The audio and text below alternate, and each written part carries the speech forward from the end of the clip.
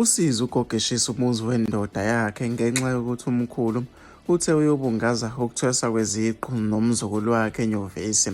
Ukhalo uyazithulisa uMandisa Mnguni ngemva kokuthi umkhulu wakhe eshisela umuzi eshisela inkosikazi wakhe ngenxa yokuthi-ke uhambe engafuni ukuyobungaza umzukulu wakhe kwi-graduation yakhe. Uthi-ke mabebuya umkhulu watholakala-ke kushe wonke umuzi, kuzwakala ukuthi umkhulu wahlangana-ke nogogo sebebadala.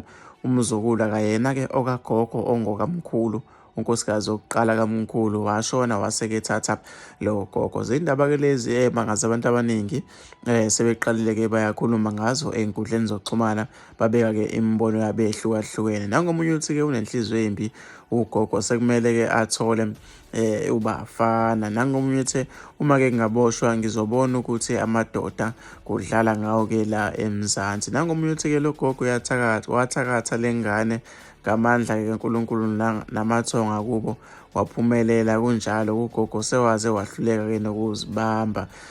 So ngathi-ke usisi engathola komsebenzi o-right, avuse komuzi kamkhulu wakhe. Futhi ngizwe uvo khona umbono ukuthi wena nicabangani-ke ngalolu daba.